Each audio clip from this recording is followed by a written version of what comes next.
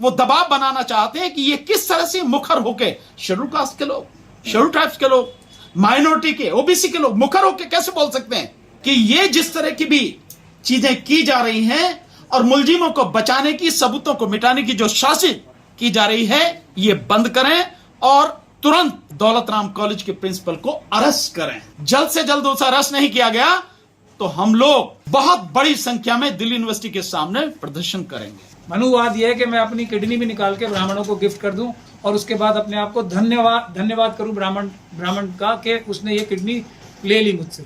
ये मनुवाद है। कोई शूद्र अगर किसी को गाली दे दे ब्राह्मण को तो शूद्र का कत्ल कर देना चाहिए, और अगर शूद्र का कत्ल कर दिया गया है तो उसकी उतनी सजा होनी चाहिए जितनी कुत्ते के मरने पर सजा है। लिखा हुआ है, मनुस्मृति में लिखा हुआ है।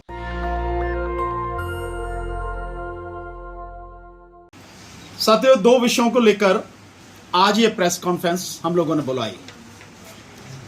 एक विषय है जो दिल्ली यूनिवर्सिटी में दौलत राम कॉलेज में असिस्टेंट प्रोफेसर डॉक्टर रितु हैं, उनको जिस तरह से परेशान किया गया, सर्विस से निकाल दिया गया, एक उस विषय पर है। और दूसरा जो है, जो मेवात के कई बच्चे हैं जिनका केस चला था पटियाला हाउस कोर्ट में, स्पेशल कोर्ट में, और उनको आईएसआई के साथ में उनका संबंध बता के, आतंकवादी बता के बिल्कुल फर्जी मुकदमा बनाया गया था। अदालत ने उनको बरी किया और बहुत सख्त टिप्पणी की है कि पूरा मुकदमा झूठा, जिनसे संबंध बताया गया था ना वो कोई ऐसे व्यक्ति हैं और ना ही जो फोन कॉल्स वगैरह रिकॉर्ड बताई गई थी, कहीं कुछ नहीं। तो उसके विषय में हमारे भाई महमूद पराचा जी वो बताएंगे, लेकिन डॉक्टर रितु के विषय में मैं आपको थोड़ा सा बताना चाहता हूं। देखिए, डॉक्टर रितु बहुत ही अच्छी प्रोफेसर, साइकोलॉजी की प्रोफेसर हैं दौलत राम कॉलेज में, दिल्ली यूनिवर्सिटी कैंपस में, आप जानते हैं, लॉ सेंटर के बिल्कुल सामने। लेकिन एक व्यक्ति का अपना रहने सहने का ढंग होता है, जीने का एक तरीका होता है, और अगर वो व्यक्ति शेड्यूल कास्ट या शेड्यूल ट्राइब्स या ओबीसी, मतलब गरीब तबके से, दबे कुचले वर्ग से आया हो, तो बहुत लोगों को वो चीजें हजम नहीं होती। उनके साथ में वही हुआ। हम लोग बाबा साहब को मानने वाले हैं और बाबा साहब जिस तरह से रहे, सूट बूट में हमेशा शान से रहे, हम लोगों का वही तरीका है। डॉक्टर रितु भी ऐसी रहती। यही चीज उस प्रिंसिपल को पसंद नहीं आती। वो कहती है कि तुम शेड्यूल कास्ट हो ही नहीं सकते। मतलब उनके रहने सहने के ढंग से, उनके बोल चाल के ढंग से, बहुत फ्रिक्वेंटली इंग्लिश बोलती हैं, बहुत बेहतरीन तरीके से, अपने विषय में उनको मास्टरी है, बच्चे उनको बहुत लाइक करते हैं, सब्जेक्ट मास्टरी होने के, बच्चों को तो क्या चाहिए भाई, पढ़ाने वाला अच्छा होना चाहिए। यही चीज उसको पसंद नहीं, जो जेलसी होती।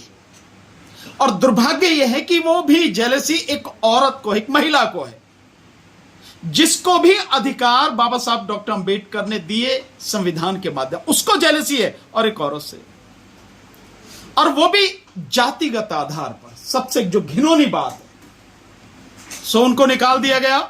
लगातार संघर्ष करते रहे, यूनिवर्सिटी में किसी ने नहीं सुनी, रजिस्ट्रार ने नहीं सुनी, वाइस चांसलर ने नहीं सुनी, सब जगह संघर्ष करते करते आखिर अब हमें सफलता मिली कि जो दौलत राम कॉलेज के जो प्रिंसिपल है, उनके खिलाफ SC/ST एक्ट में FIR लॉन्च हो गई।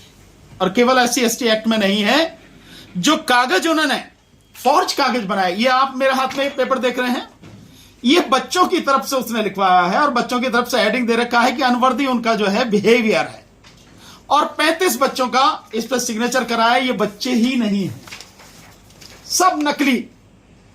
सो ये सारी चीजें कानून के हिसाब से सेक्शन 467 में, जिसमें कम से कम 10 साल की सजा है, ये उसके अंतर्गत आता है। तो ये भी सेक्शन दौलत राम कॉलेज के जो प्रिंसिपल है उनके खिलाफ लगा है। SC/ST एक्ट में सेक्शन 3U और इसके अलावा सेक्शन 327 ये लगे हैं। इसके अलावा 467, 468, 471, 120B, और केवल वही नहीं, रजिस्ट्रार के खिलाफ भी, क्योंकि वो भी उसमें सब शामिल है। लेकिन आप देखिए कि पुलिस की तानाशाही देखिए, यूं कहें कि किस तरह से केस को खत्म करते हैं। अभी आपने देखा होगा कि प्रोफेसर रतनलाल जी, उनके खिलाफ एक बिल्कुल फर्जी केस जो ज्ञानव्यापी मस्जिद में शिवलिंग को लेकर उन पर किया गया, बिल्कुल फर्जी, सेक्शन 153A में जो किया गया है, उसमें उनको एफआईआर करके अरेस्ट भी कर लिया पुलिस ने, जबकि उसमें 3 साल की सजा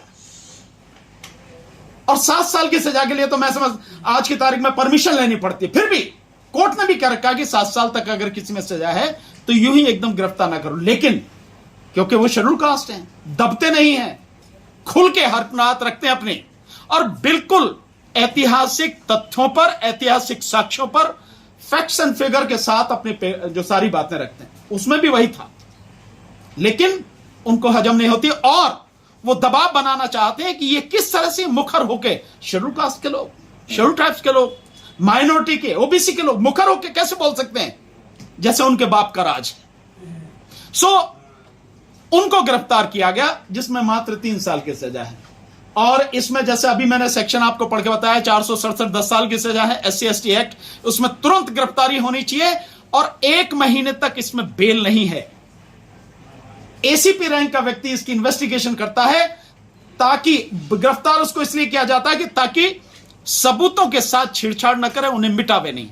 लेकिन एफआईआर जब से हुई है 3 दिन हो गए हैं, बावजूद इसके अभी उसे गिरफ्तार नहीं किया गया। तो क्या पुलिस और प्रशासन दौलत राम कॉलेज के प्रिंसिपल को और रजिस्ट्रार को, इन सबको जो सबूत उनके खिलाफ हैं, उन सारे सबूतों को मिटाने के लिए समय दे रहे हैं?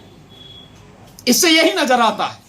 तो ये जो सारी चीजें हैं, आपके माध्यम से हम उनको कहना चाहते हैं, पुलिस प्रशासन को, कि ये जिस तरह की भी चीजें की जा रही हैं और मुलजिमों को बचाने की, सबूतों को मिटाने की जो साजिश की जा रही है, ये बंद करें और तुरंत दौलत राम कॉलेज के प्रिंसिपल को अरेस्ट करें। नॉन बेलेबल ऑफेंस है, कहीं किसी भी तरह की रियायत उनको नहीं दी जानी चाहिए। और वैसे भी दिल्ली यूनिवर्सिटी में, जो सेंट्रल की यूनिवर्सिटी है, दिल्ली राजधानी है, एक महिला इस तरह का जातिगत भेदभाव करे और इतना बुरा व्यवहार करे एक महिला के साथ में, मैं समझता हूं दुनिया को सबक मिलना चाहिए। इस देश के उन लोगों को जिनकी जातिवादी मानसिकता है, एक करारा सबक उन्हें मिलना चाहिए, उसको अरेस्ट करना चाहिए तुरंत। अगर नहीं करेंगे, जल्द से जल्द उसे अरेस्ट नहीं किया गया, तो हम लोग बहुत बड़ी संख्या में दिल्ली यूनिवर्सिटी के सामने प्रदर्शन करेंगे। रुकने वाले नहीं हैं हम लोग, कभी कोई ये सोचता हो। सो हम लोग पूरा समाज इकट्ठा होकर, जितने भी सोशल वर्कर हैं, सब वो करेंगे। और साथ साथ यही मैं ये भी डिमांड करना चाहूंगा कि प्रोफेसर रतनलाल जी के खिलाफ जो मुकदमा दर्ज किया गया है, उससे तुरंत खत्म किया जाए, उसमें फाइनल रिपोर्ट लगा के, कैंसिलेशन रिपोर्ट लगा के उसको खत्म किया जाए। और बाकी अब आगे की जो बातें हैं, मैं समझता हूं उसमें हमारे भाई जो हैं महमूद पराचा जी, वो आपको बताएंगे। मैं डॉक्टर रितु के संबंध में एक बात यहाँ बताना बहुत जरूरी समझता हूँ कि जब डॉक्टर रितु के खिलाफ उनको नौकरी से निकाले जाने का तय तो कर ही लिया था प्रिंसिपल साहिबा ने, और अपने आका जो यूनिवर्सिटी में बैठे हैं, रजिस्ट्रार, वाइस चांसलर्स, उनसे भी सबसे बात करके तय तो कर ही लिया था। तो अब निकालने के लिए बहाना ढूंढने की, जैसे एकलव्य का अंगूठा काटा गया था, क्यों? क्योंकि वो सबसे अच्छा था। उसी तरीके से ये जो इनकी एक महाभारत की जो कथा है, उसके हिसाब से बता रहा हूँ मैं, इन्हीं का लॉजिक बताऊँ, जो ये मनुवादियों का लॉजिक। तो अब इस एकलव्य में भी कमी तो कोई थी नहीं, ये सबसे अच्छी थी, तो कमी तो निकाली जाएगी ना। तो जो स्टूडेंट्स थे, 35 स्टूडेंट्स के फर्जी सिग्नेचर करके SC/ST कमीशन में सफाई देने के लिए कहा कि ये 35 स्टूडेंट्स ने डॉक्टर रितु को बहुत गंदा टीचर बताया कि इनको पढ़ाना नहीं आता। ये 35 टीचर डॉक्टर रितु की क्लास के स्टूडेंट ही नहीं थे, जिस क्लासेस को ये पढ़ाती थी दौलत राम कॉलेज में। ये 35 नाम उनके स्टूडेंट ही कभी नहीं रहे। इतना बड़ा झूठ, फर्जी काम प्रिंसिपल लेवल की, ये क्या बच्चों को सबक सिखाएंगी ये, जो इतना बड़ा चोरी और झूठ और डॉक्यूमेंट फोर्ज कर सकती हैं। तो इस शख्सियत को प्रिंसिपल होना चाहिए किसी दिल्ली यूनिवर्सिटी जैसी कॉलेज का, या जेल की सलाखों के पीछे होना चाहिए। पहली बात तो ये। अब जिन स्टूडेंट्स को पढ़ाया था डॉक्टर रितु ने, उनका क्या फीडबैक है डॉक्टर रितु के बारे में, जो ये साबित करता है कि ये बेस्ट टीचर थी। ऐसा टीचर इनके स्टूडेंट्स ने कभी देखा ही नहीं था। ये उनके कमेंट्स और टिप्पणियां हैं, वो मैं एक दो टिप्पणियां ही पढ़ के सुनाऊंगा आपको कि वही एकलव्य की कहानी यहां दोबारा सच्ची हो रही है कि सबसे अच्छी टीचर थी, फिर भी निकालना था इन्हें क्योंकि ये शेड्यूल कास्ट कम्युनिटी से आती हैं, तो उसके लिए झूठे फर्जी सबूत बनाए गए। ये एक बच्चे का रिस्पॉन्स है, your classes were fun very fun and your style of teaching was different and new. I really liked how you tried to engage everybody during classes and made every topic interesting by adding your own experience. Overall, I really enjoyed your classes and it was nice to have a young professor and relate to so many of your stories. Thank you so much. ये student लिखती है। ये student और ये कह रही हैं झूठी प्रिंसिपल के इनके खिलाफ स्टूडेंट्स ने लिख के दिया, जो कि फर्जी सिग्नेचर उन्होंने ही साजिश करके या तो खुद किए या अपने किसी जो इनका अपराधी दोस्त होगा उससे कराए। दूसरी स्टूडेंट क्या लिखती है, ma'am I really loved your classes and your teaching style because you never emphasized on rote learning and gave examples from real life. It was very rare to find a teacher who is courageous enough to share her personal stories to teach children. You have always encouraged us to be good person overall and develop holistically. It was really a pleasure to be part of your classes, ma'am, and will really miss you. ये किसी और teacher के बारे में ऐसी feedback नहीं आती है, लेकिन यहाँ एक महत्वपूर्ण बात और भी आती है. चलिए वो फर्जी ही स्टूडेंट्स की कंप्लेंट सच्ची मान ली जाए तो क्या दिल्ली यूनिवर्सिटी में डॉक्टर रितु के अलावा एक भी टीचर को कभी भी, जब से दिल्ली यूनिवर्सिटी बनी है, स्टूडेंट्स की शिकायत पे निकाला गया? एक भी टीचर को. हम भी दिल्ली यूनिवर्सिटी से आते हैं, बहुत सारे हमारे टीचर होते थे जिनके खिलाफ हम भी स्टूडेंट में मतलब स्टूडेंट लाइफ में स्टूडेंट एक्टिविस्ट थे, तो बहुत सारे टीचर्स के खिलाफ सेक्सुअल हैरेसमेंट के लिए भी बहुत सारी एजिटेशंस हुई. उस भी किसी टीचर को नहीं निकाला गया बच्चों की कंप्लेंट पे. लेकिन ये कंप्लेंट के लिए टीचर अच्छी नहीं पढ़ाती है, निकालने का एक ही एक एग्जांपल है डॉक्टर रितु का. पूरे दिल्ली यूनिवर्सिटी की हिस्ट्री में बड़ी बड़ी स्ट्राइक्स, एजिटेशंस हुई हैं स्टूडेंट्स द्वारा कि इस टीचर को निकाल दिया जाए. एक भी टीचर नहीं निकाला गया. एक डॉक्टर रितु में क्या खासियत थी ऐसी कि उसी को एक निकाला गया? इस बात का जवाब इन्वेस्टिगेशन से ही प्राप्त किया जा सकता है कि किस हद तक जातिवादी मानसिकता हाईएस्ट लेवल पे हावी है, काम करती है. और एक भी शेड्यूल कास्ट का व्यक्ति जो सभी हर एक स्टेप पे तो नाइंसाफी होती है, हर एक स्टेप पे रोड़े अटकाए जाते हैं, जो सब रोड़े क्रॉस करके भी सबसे अच्छा नजर आएगा उसको मारने के लिए झूठे सबूत क्रिएट किए जाएंगे, झूठ बोले जाएंगे. और वो भी किस लेवल से? वाइस चांसलर के लेवल से झूठ बोला जा रहा है, रजिस्ट्रार के लेवल से झूठ बोला जा रहा है. तो आप समझ सकते हैं कि अपने पदों का किस बड़ी बेईमानी के साथ इस्तेमाल किया जाता है कि मेरी बात पे इसलिए भरोसा करो क्योंकि मैं कॉलेज की प्रिंसिपल हूं, काम मैं इतना गंदा कर रही हूं. तो अपने पदों के पीछे छुप के, तो इनके किसी भी पद को, जो भी मनुवादी मानसिकता का व्यक्ति है उसके पद पे नहीं जाना चाहिए. वो बेईमान होना ही होना है. ऐसा ज्यादातर केसों में गया है, वो देखा जाता है. कोई एक आध होता है जो शायद शरीफ भी हो, लेकिन उसको बहुत ही ढूंढने से ही मिलेगा ऐसा व्यक्ति जो मनुवादी मानसिकता का हो और वो शरीफ और अच्छा काम. अरे बार बार आप लोग मनुवादी करें, क्या है, कौन है मनुवाद? कोई आदमी है क्या? मनुवाद एक सोच है जो ये कहती है कि दुनिया में समस्त लोग ब्राह्मणों की सेवा के लिए पैदा हुए हैं. जो ब्राह्मण की सेवा कर पाएगा, जितनी ज्यादा सेवा कर पाएगा, वो उतना ज्यादा जल्दी मोक्ष प्राप्त कर पाएगा, उतना ज्यादा जल्दी जो अगले जन्म में वो एक अच्छी योनि में आ पाएगा. यदि ब्राह्मण ने कोई कत्ल भी कर दिया, कुछ भी कर दिया, तो उसके साथ कुछ भी नहीं होना चाहिए. उसने कोई गलती कर ही नहीं सकता ब्राह्मण. मनुवाद यह है कि मैं अपनी किडनी भी निकाल के ब्राह्मणों को गिफ्ट कर दूं और उसके बाद अपने आप को धन्यवाद करूं ब्राह्मण का कि उसने ये किडनी ले ली मुझसे. ये मनुवाद है. आपकी क्या पड़ती है? नहीं, मनुवाद ये है कि अगर किसी ब्राह्मण को गाली दे दी जाए तो उसका कत्ल कर देना चाहिए. कोई शूद्र अगर किसी को गाली दे दे ब्राह्मण को, तो शूद्र का कत्ल कर देना चाहिए.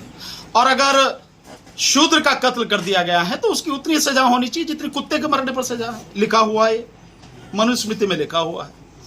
यह है मनुवाद जिसमें असमानता, शायद ही ऐसा कोई ग्रंथ होगा दुनिया में असमानता जितनी उस ग्रंथ में व्याप्त है किसी और में व्याप्त।